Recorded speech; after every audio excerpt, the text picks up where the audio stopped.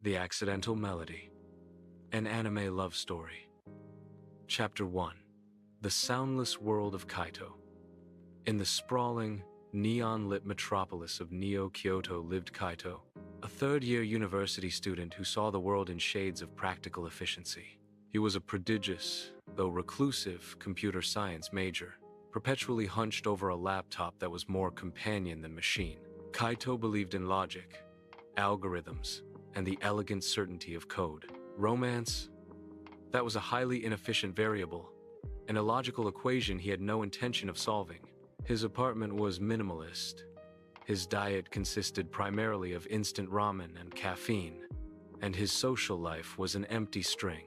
One rainy Tuesday, while Kaito was troubleshooting a complex neural network simulation, a notification popped up on a forgotten, old tablet. Your rental period for Silent Hill Symphony Collection Volume 3 is overdue. He vaguely remembered renting the obscure vinyl set from an antique music shop months ago. A moment of uncharacteristic procrastination he now regretted. Great, he muttered, running a hand through his perpetually messy black hair. Another human interaction required. Chapter 2. The Vintage Verse of Hana. The shop, echoes of analog, smelled of dust, aged paper, and faint lavender. It was owned and run by Hana, a vibrant, artistic soul who treated every scratch on an LP like a historical artifact. Hana didn't just sell music. She curated memories. She wore brightly patterned scarves, had a constellation of tiny silver piercings in one ear, and her crimson-dyed hair was usually tied back with a ribbon that matched the color of the vinyl she was currently cataloging. Hana wasn't looking for love either. Her heart was entirely devoted to her shop. Relationships, in her experience, were like badly pressed records, all static and skipped grooves. Her focus was on finding a lost recording of a 1,970 seconds jazz pianist that was rumored to be hidden somewhere in the city's labyrinthine flea markets. The bell above the door chimed, and Kaito entered, shaking rain from his practical, nondescript umbrella. He walked straight to the counter, placed the box of vinyl on the wood, and didn't make eye contact. "I apologize," Kaito stated flatly, pulling out his wallet. "These are overdue. Please calculate the late fee." Hana, who was polishing an old gramophone horn, paused. She looked at the young man, intense, pale, and radiating a do-not-approach energy that was almost a physical shield. "Oh, the Silent Hill Symphony set." Hana smiled, a genuine, warm expression that momentarily took Kaito aback.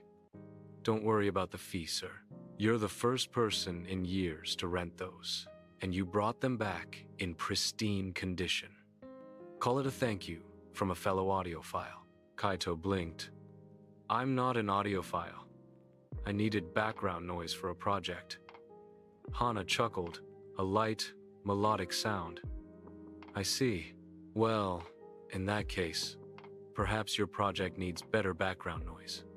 She reached under the counter and pulled out a single, unmarked, white vinyl record. "Take this. It's a demo from an indie band I found. It's rough, but it has a heartbeat." "I don't accept unsolicited data," Kaito said, pushing the record back. "It's not data," Hana insisted gently. "It's a feeling. You can't calculate a feeling, Kaito-san." She had seen his name on the rental slip. "If you don't like it, you can use it as a coaster. No late fee." Before Kaito could construct a logical counter-argument, another customer rushed in, and Hana was instantly distracted, diving into a passionate discussion about vintage tube amplifiers. Kaito stood there, the cool weight of the unmarked record in his hand. Frustrated by the lack of resolution, he simply left. Chapter 3. The Illogical Resonance. Back in his apartment, Kaito shelved the mystery vinyl near his computer setup. For 3 days, he ignored it. His world was his screen. Then, in the middle of the night, while struggling with a particularly stubborn debugging process, the silence of his apartment felt oppressive. He glanced at the white record. "A heartbeat," she had said. "Fine," he sighed, standing up. I will analyze its sonic structure to prove her anecdotal assessment is invalid. He placed it on his turntable, an impulse purchase from years ago, and dropped the needle. The sound that filled his apartment wasn't the heavy rock or electronic beat he'd expected. It was a single, clear piano melody, melancholy but hopeful, woven with the soft, ethereal sound of a cello. It was flawed, a slight static here, a missed note there, but it was undeniably alive. It was the sound of someone pouring their unedited, unfiltered self into an instrument. Kaito sat back, eyes still on the monitor.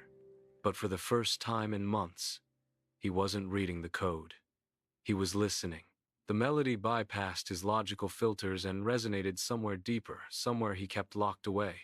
It wasn't efficient, but it was beautiful. The next afternoon, Kaito found himself standing outside Echoes of Analog, holding the record and his umbrella. A full hour before his usual post-lunch coding session, he walked in. Hana was humming along to a brass band recording. "The music," Kaito said, dispensing with greetings. "The music on the Unmarked record. Who is the pianist?" Hana's eyes sparkled. "You listened. See? I told you it had a heartbeat. It has a complex, dynamic sonic profile." Kaito corrected automatically, though his tone lacked its usual sharpness. "Who composed it?" Hana's expression softened. "It was me, Kaito-san. Just a little melody I recorded on my old upright piano during a quiet night. I put it on that scrap vinyl when I was testing the press."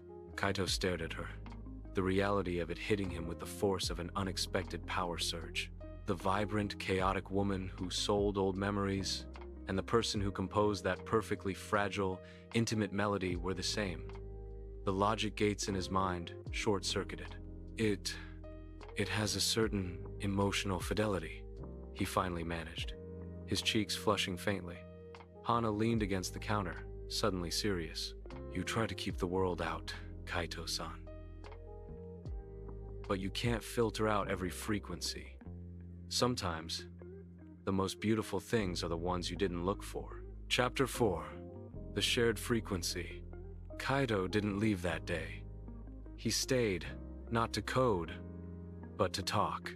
He didn't talk about algorithms.